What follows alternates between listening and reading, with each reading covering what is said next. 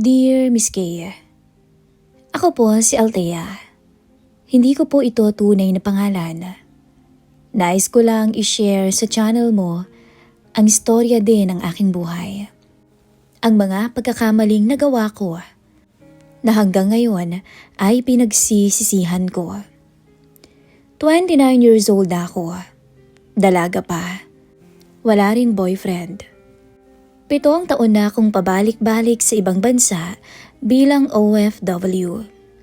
Simula nang mawala ang mga magulang namin, kaming dalawa na lamang ng ate ko ang magkasama. Si Ate Marisa, 37 years old. Siya ang tumayong pangalawang magulang ko habang lumalaki ako. Kaya kahit na matagal akong nasa abroad, alam kong sa kanya pa rin ako uuwi. Taong 2025, nang magdesisyon akong bumalik muna ng Pilipinas. Pagod na rin ako sa paulit-ulit na kontrata sa ibang bansa. Gusto ko namang maramdaman ulit kung paano ang mabuhay nang malapit sa pamilya. Pagdating ko sa airport, si Ate Marisa ang sumundo sa akin. Matagal ko siyang niyakap. Miss na miss kita, sabi niya. Ako rin ate. Sagot ko sa kanya habang nakangiti. Pero may isa pang taong naghihintay sa labas. Ang asawa niya. Ang bayaw kong si Sian. Una at huling pagkikita namin yung sa kasal nilang dalawa. 35 years old na si Sian. Mas matanda si ate ng ilang taon sa kanya. Isa siyang accountant na work from home. Kadalasan nasa bahay lang siya. Nag-aasikaso ng mga financial report ng mga kliyente niya gamit ang laptop. Paglapit ko sa kanya, ngumiti siya. Welcome home, sabi niya. Salamat, sagot ko.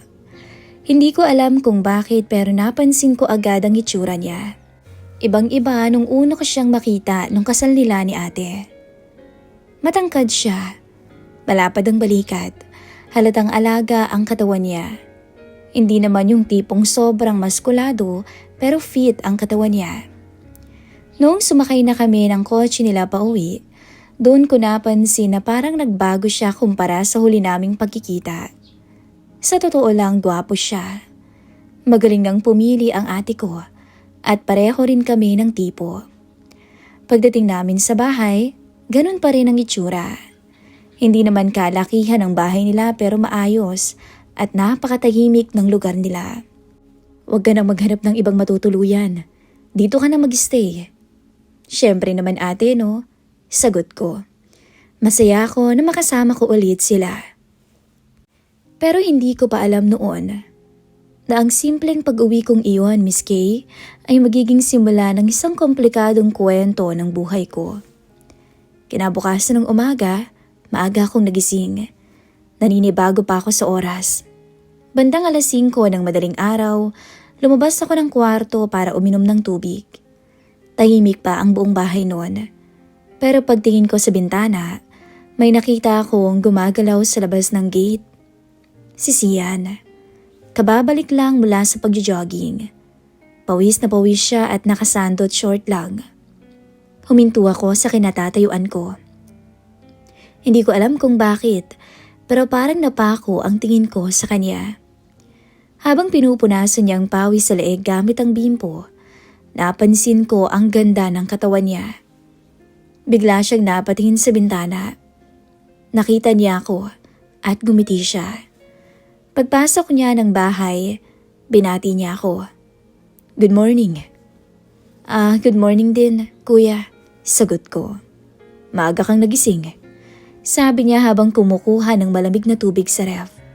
Oo nga, naninibago pa siguro. Tumango siya. Normal lang yan kapag bagong uwi. Tahimik kaming dalawa sandali. Hindi ko maiwasang mapansin ang pawis sa leeg niya na dahan-dahang bumababa sa dibdib niya. Bigla tuloy akong napaiwas ng tingin. Ayos ka lang? Tanong niya. Oo naman, sagot ko agad. Tapos ngumiti siya. Sa mga sumunod na araw, mas lalo ko siyang nakilala. Napansin ko na kahit nasa bahay lang siya nagtatrabaho, hindi siya tamad. Siya pa nga ang madalas magluto ng almusal. Minsan, siya rin ang naglilinis ng bahay. At kapag may sirang gamit, siya rin ang nag-aayos. Si ate, halos araw-araw ay busy sa trabaho. Manager siya sa isang fast food chain, kaya madalas maaga siyang umaalis at minsan ay gabi na umuuwi dahil sa overtime. Isang gabi, habang kumakain kami ng hapunan, napunta ang usapan tungkol sa anak. Alam mo, Thea, gustong-gusto ko na rin talagang magka-baby, sabi ni ate habang kumakain kami. Pero hirap talaga akong magbuntis Dugtong pa niya. Napansin ko na medyo nalungkot ang boses niya. Medyo may katabaan na rin kasi si Ate Marisa ngayon kumpara noon. Hinawakan lang ni Sia ng kamay niya. Okay lang yan kahit wala pa. Darating din yan, sabi nito. Ngumiti si ate. Nakatingin lamang ako sa kanilang dalawa. Hindi ko alam pero may kakaibang pakiramdam sa dibdib ko nung mga sandaling yun. Siguro dahil nakikita ko kung gaano sila kaayos bilang mag-asawa. Pero kasabay din nun, may isa pang pakiramdam na hindi ko maipaliwanag. Lalo na kapag kaming dalawa lang ni Sian ang nasa bahay. Isang tanghali, umalis na si ate papuntang trabaho. Closing shift daw kasi siya. Ako naman, naiwan sa bahay kasama si Sian. Nasa sala siya noon at nakaharap sa laptop niya. Althea, tawag niya. Lumapit naman ako dito. Bakit kuya? May pinakita siya sa akin noon sa laptop niya. Mga lugar raw na pwede kong puntahan ngayong nandito ako sa Pinas. Habang nakayuko ako sa tabi niya, napansin ko kung gaano kami kalapit sa isa't isa. Halos magdikit na ang mga braso namin. Naamoy ko pa yung pabango niya. Biglang bumilis yung tibok ng puso ko. Ano, okay ba? Tanong niya ulit. Napatingin ako sa kanya. Sa sobrang lapit namin noon sa isa't isa. Halos amoy na namin ang hininga ng isa't isa. Sandaling katahimikan ng namayani. Parang may kakaibang tensyon sa pagitan naming dalawa. Ako na ang unang umiwas ng tingin. Ang gaganda, sabi ko dito habang umaalis. Pero bago pa ako tuluyang makalayo, naramdaman ko ang kamay niya na bahagyang humawak sa pulso ko. Napatingin ako dito. Alam mo, pwede natin yan puntahan. Napakaganda dyan, sabi niya. Ngumiti lang ako. Pero habang naglalakad ako pabalik sa kusina, ramdam ko na may kakaiba nang nangyayari sa loob ng dibdib ko na hindi ko dapat maramdaman. Bayaw ko si Kuya Sian. Asawa siya ng ate ko. Para sa kabila ng lahat ng iyon, may bahagi ng sarili ko na unti-unting naaakit sa kanya. At hindi ko pa alam na yon pala ang simula ng isang lihim na relasyon na magbabago sa samahan naming lahat. Ilang linggo na rin akong nakatira sa bahay ni na ate at ang bayaw kong si Sian. Unti-unti naman akong nasanay sa araw-araw na rutina sa bahay. Si ate, minsan maagang umaalis para sa trabaho. Minsan naman, gabi na akong umuwi dahil sa dami ng responsibilidad bilang manager. Si Sia naman, halos buong araw na sa harap ng laptop niya. O kaya naman ang computer niya. Pero kahit busy siya sa trabaho, nagagawa pa rin niyang tumulong sa mga gawaing bahay. At ako, hindi ko alam Miss Kay kung kailan nagsimulang maging komplikado ang pakiramdam ko sa kanya. Nung una, simpleng paghanga lang naman na kaya ko pang pigilan. Pero habang tumatagal, parang mas lumalalim ang nararamdaman ko sa kanya. Minsan, nauhuli ko ang sarili kong nakatingin sa kanya ng matagal. At minsan naman, nauhuli ko ring nakatingin siya sa akin. Pero hindi namin yun pinapansin, kahit pareho naming alam na may kakaiba sa pagitan namin. Isang gabi, dumating si ate na may dalang pagkain galing sa trabaho. May overtime ako bukas, sabi niya habang nilalapag ang paper bag sa mesa. Napansin ko no na may kasunod siyang 3 lalaki na pumasok sa garahe. Mga kaibigan ni Sian, Thea. Paliwanag niya. Mag-iinuman daw sila saglit. Pagkalabas ko sa garahe, nandun nga si Sian kasama ang dalawang kaibigan niya. May pulutan sa mesa at ilang bote ng alak. Siya palang hipag mo. Sabi ng isa sa kanila nang makita ko. Gumiti lang ako. Althea, siya nga pala si John. Sabi ni Ate Marisa sa akin habang tinuturo ang isang lalaki na nasa tabi ni Kuya Sian. Single yan? Wika nito. Napakunot ang noo ko. Ate naman, sabi ko sa kanya. Tumawa lang si Ate Marisa. Anong ate naman? Aba pwede ka naman ng mag-boyfriend At pareho kayo. Magkaedad. At single din. Ngumiti si John at inabot ang kamay niya sa akin. Nice to meet you. Sabi niya. Nice to meet you too. Sagot ko. Umupo muna ako sa kabilang side ng mesa. Habang nag-uusap sila tungkol sa trabaho at kung ano-ano pa, napapansin ko na paminsan-minsan ay napapatingin sa akin si Sian. At kapag nagkakatagpo ang mga mata namin, mabilis kaming umiiwas pareho. Althea, sabi bigla ni ate. Alam mo, si John mabait yan. Accountant din. Talaga? Sagot ko na pilit ng umiti. Baka gusto mo siyang samahan minsan. Mag-coffee, biro ni ate. Natawa naman si John dahil sa panunukso sa amin ni ate. Aba okay lang sa akin yun, Marisa, sabi nito. Pero habang nagsasalita sila, ramdam ko ang tingin ni Kuya Sian mula sa kabilang side ng mesa. Napatingin din ako sa kanya at sandali kaming nagkatitigan. May kakaibang tensyon sa pagitan naming dalawa na parang hindi napapansin ng ibang tao sa paligid. Bandang 10:00 na ng gabi, dahil na rin sa pagod, nagpaalam na si ating matutulog na siya. O paano Thea? Ikaw na munang bahala dito Mauna na ako, inaantok na talaga ako Sabi niya sa akin habang humihikab. Sige ate, sagot ko. Bandang 11:00, nung pumasok na rin ako sa kwarto ko at nagpaalam sa kanila. Pero kahit anong pilit kong matulog, hindi talaga ako dinadalaw ng antok ko. Hindi ko alam kung bakit. Siguro dahil sa nangyari sa garahe kanina. Siguro dahil sa mga palitan ng tingin namin ni Sian. Bandang 1:30, bumangon ako mula sa kama. Tahimik na rin ang buong bahay noon. Nakaalis na yata ang mga kaibigan ni Kuya Sian. Pagkalabas ko ng kwarto, nakita ko siya sa may sala. Naglalakad siya papunta sa kusina habang may hawak na tray ng mga baso na ginamit nila sa inuman. Oh, gising ka pa pala? Tanong niya nang makita ko. Oo, hindi kasi ako makatulog. Sagot ko. Tumango naman siya. Lumapit ako sa mesa kung saan may natira pang ilang plato. Tulungan na kita. Naku, hindi na kailangan. Ako na dito. Sagot niya. Ayos lang. Sabi ko sa kanya habang pinupunasan ng mesa.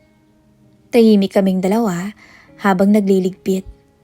Pero habang tumatagal, pakiramdam ko lalong bumibigat ang hangin sa paligid. Para bang may gustong sabihin ang bawat isa sa amin pero parang walang nagsasalita. Hanggang sa bigla niya akong tinawag. Althea. Napalingon ako sa kanya. Hindi ko alam kung ano ang nakita niya sa mga mata ko ng mga sandaling yon. Pero bigla siyang lumapit. At bago pa ako makapagsalita nun, Miss Kay, marahan niya akong niyakap. Nanlaki yung mga mata ko noon dahil nagulat talaga ako. Kuya Sian, mahina akong sabi, pero hindi niya ako binitawan. Sa halip mas lalo niya akong hinapit papalapit. Ramdam ko na noon ang tibok ng puso ko at ramdam ko na rin ang init ng katawan niya. Wala man akong kasintahan ngayon, pero mayroon na akong karanasan pagdating sa kama.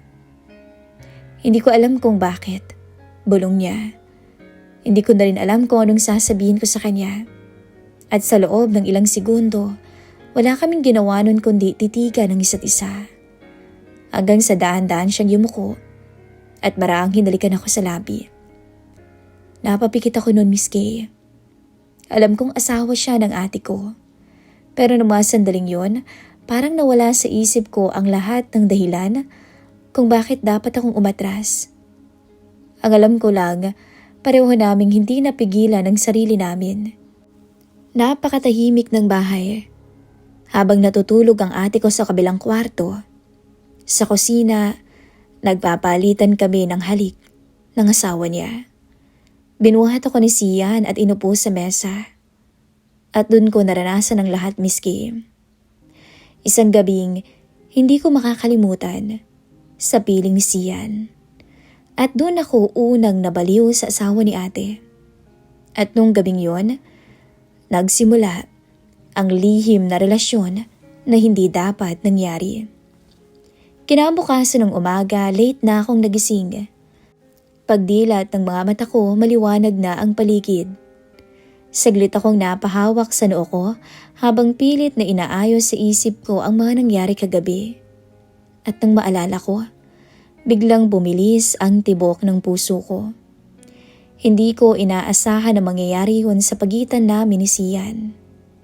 Bayaw ko siya. Asawa siya ng ate ko pero nangyari na. Napabuntong hininga ko at tumingin sa orasan sa tabi ng kama. 9:09 na pala ng umaga. Late na, bulong ko sa sarili ko. Mabilis akong nag-ayos ng aking sarili. Alam kong nakapasok na noon si Ate Marisa. Nagmumuni-muni pa ako nang biglang may kumatok sa pintuan ko. Binuksan ko at si Sian ang bumungad. Sandali kaming nagkatitigan. Bumilis pa nga ang tibok ng puso ko. Kanina ka pagising? Kakagising lang. Late na nga eh. Nangingiti-ngiti kong sabi. May kakaibang katahimikan sa pagitan naming dalawa. Parang pareho naming iniisip yung nangyari kagabi. Lumapit siya sa pintuan ng kwarto ko. Pwede ba akong pumasok? Tanong niya. Hindi ko alam kung bakit pero tumango ako. Pagpasok niya sa loob, sinara niya ang pinto. Ilang segundo kaming nagkatinginan. Althea, mahina niyang sabi. Hindi ko na napigilan yung sarili ko noon, Miss Kay. Lumapit ako sa kanya. Sa mga sandaling yun, parang nawala ulit sa isip ko kung ano ang tama at mali. Inawakan ko yung kamay niya. Hindi ko alam kung bakit, Althea, pero kagabi ka pa hindi maalis sa isip ko. Hindi ako nakasagot. Dahil sa totoo lang, ganun din ako. At sa loob ng kwarto ko muli kaming nagyakapan. At muli kaming nagpadala sa nararamdaman naming dalawa.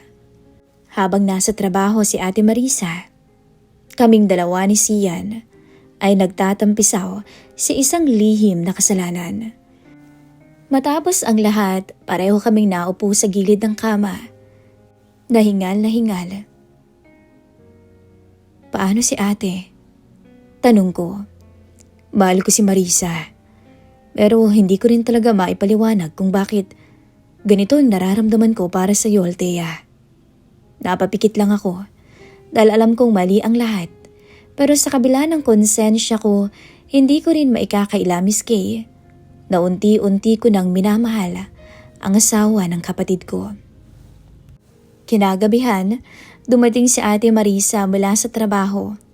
Pagpasok niya sa bahay, normal lang ang kilos namin ni Sian, na para bang walang nangyayari. Ay, grabe yung pagod ko ngayon, sabi ni ate habang nilalapag ang bag niya sa mesa. Maupo ka muna dyan at magpahinga. Ako nang maghahain, sabi ni Kuya Sian. Nagkatinginan kaming dalawa ni Sian sandali, pero agad din kaming umiwas ng tingin para hindi mahalata ni ate. Sa pagkainan, normal lang naman ang lahat. Tawanan, kwentuhan at kung ano-ano pang mga simpleng bagay na pwedeng pag-usapan. Kung may ibang taong makakakita sa amin, iisipin nilang napakasaya ng pamilya namin. Pero sa loob, pag kami na lang ni Sian, pareho naming alam na hindi, na may lihim na nangyayari. Lumipas ang mga linggo hanggang sa naging mga buwan, Miss Kay. Sa tuwing umaalis si ate para pumasok sa trabaho niya, kaming dalawa lang ni Sian palagi ang natitira sa bahay. At sa bawat pagkakataon na iyon, Mas lalo kaming nagiging malapit sa isa't isa. Pero kasabay ng lahat ng yun, mas lalo ring tumitindi ang konsensyang nararamdaman ko. Isang gabi noon, habang nasa sala kami ni Ate Marisa, day off kasi niya, si Sian lumabas dahil pumunta sa mga tropa niya. Bigla siyang naging seryoso. Alam mo, Althea, biglang sabi niya, ano yun? Napabuntong hininga siya. Napapansin mo ba ang Kuya Sian mo? Kinabahan ako bigla nung banggitin niya ang pangalan ng asawa niya. Bakit? Tanong ko. Wala lang. Para kasing nitong mga nakaraang araw, may nagbago kasi sa kanya. Natahimik akong bigla. Anong nagbago? Tanong ko. Hindi ko alam. Hindi ko maintindihan siya eh. Hindi ko alam noon kung saan ako titingin. Sa tingin mo ba, may babae siya? Tanong niya bigla. Parang may kumurot sa dibdib ko noon. Ate naman, baka naman kung ano-ano lang mga iniisip mo. Sabi ko na pilit kinakalma ang boses. Totoong tanong ko. Sabi niya, tahimik ako sandali bago sumagot. Umaalis ba siya kapag wala ako? Tanong niya. Napayuko ako noon, Miss Kay. Sobra talagang nakukonsensya ako. Pero para hindi kami mabisto, para hindi kami mahalata, napilitan akong magsinungaling. Madalas naman siyang umaalis, ate. Pero di ba nagja-jogging lang naman siya? Tapos bumabalik din naman siya. Tumango-tango si ate. Ganun ba? Napatingin siya sa may sahig. Ewan, baka napaparaning lang talaga ako. Ngumiti ako ng pilit. Pero sa loob ko mas lalo kong nakukonsensya. Pero alam mo, ibang instinct ng babae. At nararamdaman kong may kakaiba ngayon kay Sian. Alam ko, nararamdaman kong may babae siya. Pero chinek ko naman ang phone niya. Wala naman siyang nakaka-chat. Baka naman may dami account siyang ginagamit, ate. Na hindi mo lang alam. Panggagatong ko. Hindi ko alam, Thea. Minsan natatakot ako eh. Baka kasi maganap siya bigla ng iba dahil hindi ko siya mabigyan ng anak. At mukhang ito na yun. Mukhang naghahanap na siya ng iba. Ate, wag mo ngang sabihin yan. Hindi ko alam kung anong mararamdaman ko nun, Miss Kay. Sobrang konsensya. Dahil habang iniisip ng ate ko na may ibang babaeng asawa niya, wala siyang kaalam-alam, nakaharap na niya ang hinahanap niya. Ako mismo ang babaeng tinutukoy niya. Kinabukasan, pumasok na si ate sa trabaho. Pagkasara pa lang ng pinto ng bahay, natahimik kaming dalawa ni Sian. Nagkatinginan. Alam namin ang iniisip ng bawat isa. Althea, sabi niya. Napailing ako. Hindi na dapat to eh. Pero kahit sinasabi ko yun, hindi ko pa rin mapigilan ang sarili ko, Miss Kay. Pag lumapit na siya sa akin, pag niyakap na niya ako, nawawala ang lahat. Nakakalimutan ko ang konsensya. Sa kabila ng takot na malaman ng ate ko ang lahat, pinipili ko pa rin na magkasala. Hindi ko pa rin magawang lumayo kay Sian. At habang lumilipas ang mga araw, Miss Kay, mas lalo kong nararamdaman na ang lihim na relasyon namin ay papunta sa isang bagay na hindi na namin kayang kontrolin pa. Ilang buwan ang lumipas mula nang magsimula ang relasyon namin ni Sian. Sa umaga, normal kaming maghipag at bayaw lang. Maayos ang kilos at tipong walang pahiwatig na may tinatago kaming dalawa. Pero kapag gabi na, kapag tulog na ang ate kong si Marisa, doon kami nagkikita. Doon namin nilalabas ang lahat ng nararamdaman naming dalawa. Alam kong mali at kasalanan, pero sa bawat araw na lumilipas no Miss Kay, mas lalo kong nababaliw kay Sian. Isang gabi, bandang 2:00 na noon ng madaling araw nung magising ako. Gabi kasi ang trabaho ni Sian. Tahimik ang buong bahay na. Sanay na ako sa oras na yon, dahil alam kong tulog na noon si ate. Madalas nakikita kami ni Sian. Dahan-dahan ako lumabas ng kwarto ko. Nakasindi ang dim na ilaw sa kusina. Alam ko na kung sino ang nandun. Pagpunta ko ng kusina, nandun na si Sian at naghihintay. Nakaupo sa upuan sa tabi ng mesa. Nang makita niya ako, bahagya atong umiti. Akala ko hindi ka nalalabas. Pabulong niyang sabi. Lumapit ako sa kanya. Akala mo lang yun. Gising na gising pa ako, no? Hindi ko alam kung hanggang kailan natin to magagawa. Sabi ko. Napabuntong hininga siya. Lumapit siya sa akin at hinawakan ng kamay ko. Hindi ko alam.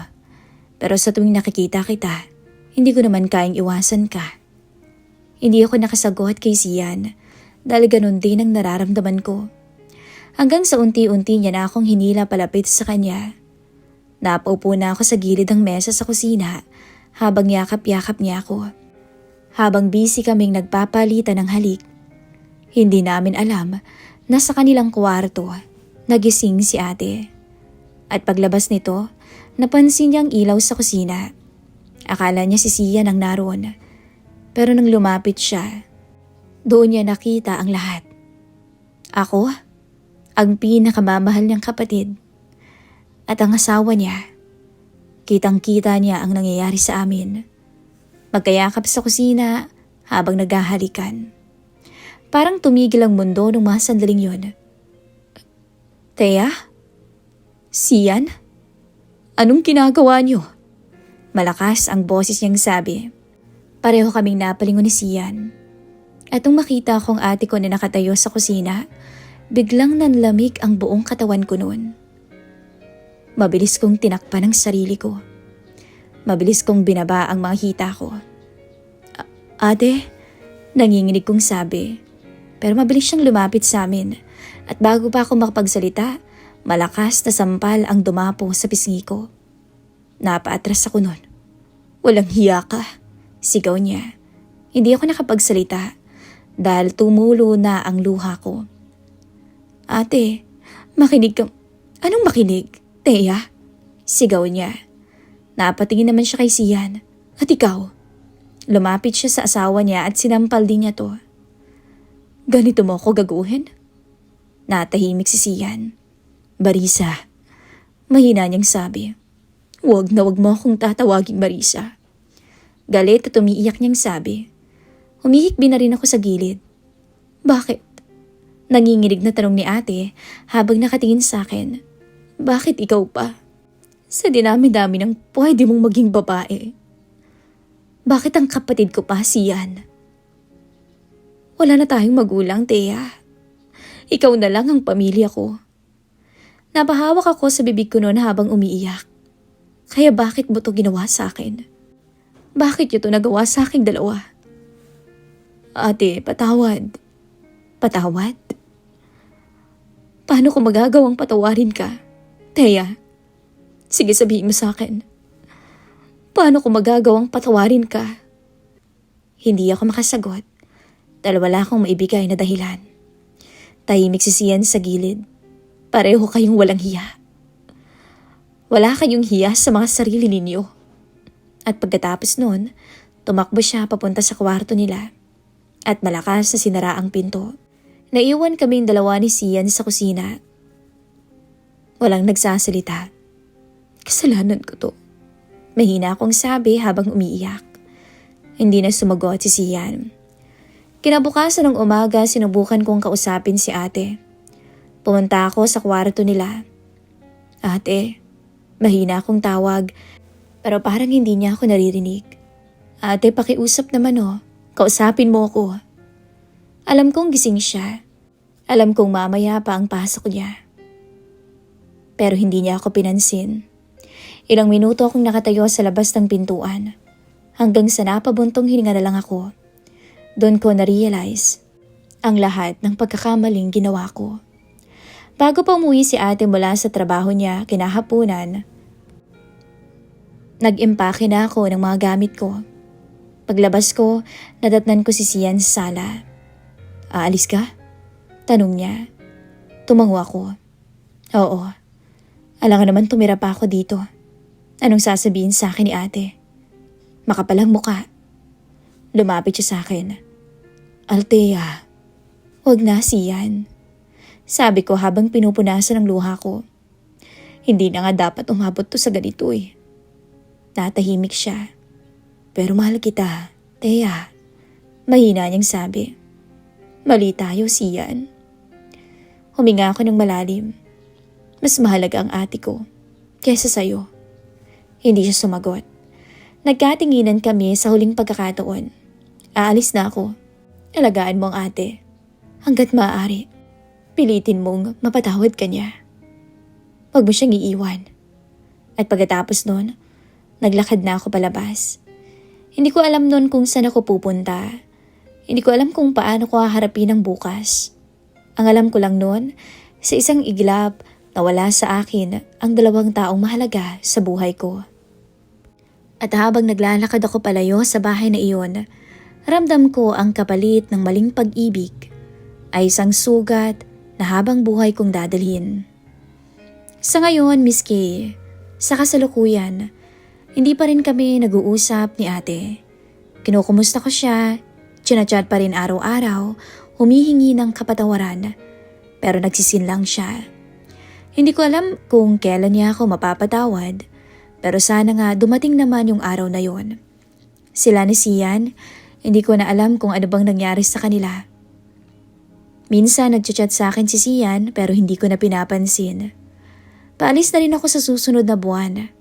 Nag-apply kasi ako sa Saudi. Hindi ko alam kung anong mangyayari sa akin, pero gusto ko ring makalimot. At sana dumating ang araw, Ate Marisa, na mapatawad mo rin ako.